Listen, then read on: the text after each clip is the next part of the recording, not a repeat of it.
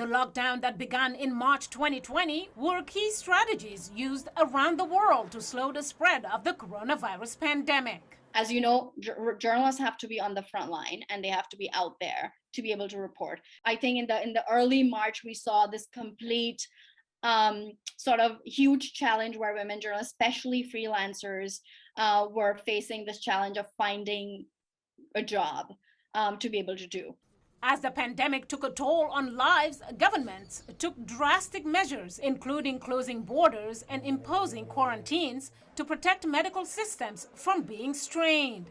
But some of them also tried to control the storyline, she says.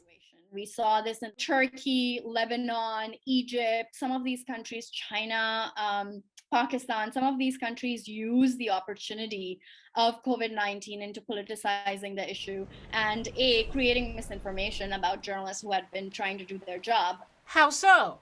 She explains. This has happened in Pakistan. I'll give you an example of one of our members, Asma Shirazi. Whenever she is reporting on the spread of the virus, government inefficiencies, or whatever the government should be doing and they aren't doing, she's targeted with misinformation campaigns. We have several other similar incidents where women journalists have been impeded after reporting on COVID-19 in particular. In Turkey, journalist Ebru Kucukaydin was taken into custody after one of her coronavirus reports and later released.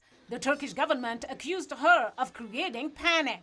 Other journalists, Malaysia's award-winning Wan Noor Hayati and The Guardian's Cairo correspondent Ruth Michelson, faced charges or were expelled or harassed for their coverage of the pandemic, the coalition says. Last year, the International Federation of Journalists surveyed nearly 560 female reporters from 52 countries and found that stress increased for 77% since the pandemic began.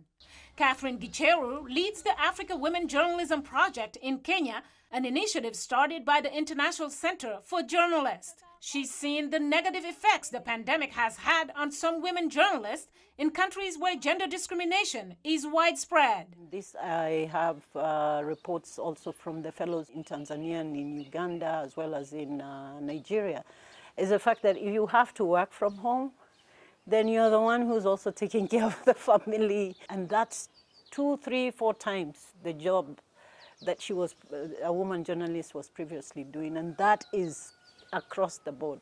So you have a mental anxiety, the stresses, the fears that everybody has, but much more for women, especially women journalists. She also says women journalists have been hit with job losses. It's a problem all over the world, but a lot of journalists have lost their jobs. The women, a lot of them, especially in Kenya, are either on contract terms or are freelancers.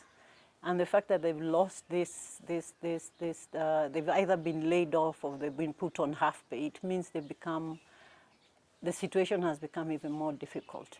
And she says it has had an impact on coverage of other women-related topics, including sexual health, obstetric fistula, and female genital mutilation. Mariama Diallo, VOA News, Washington.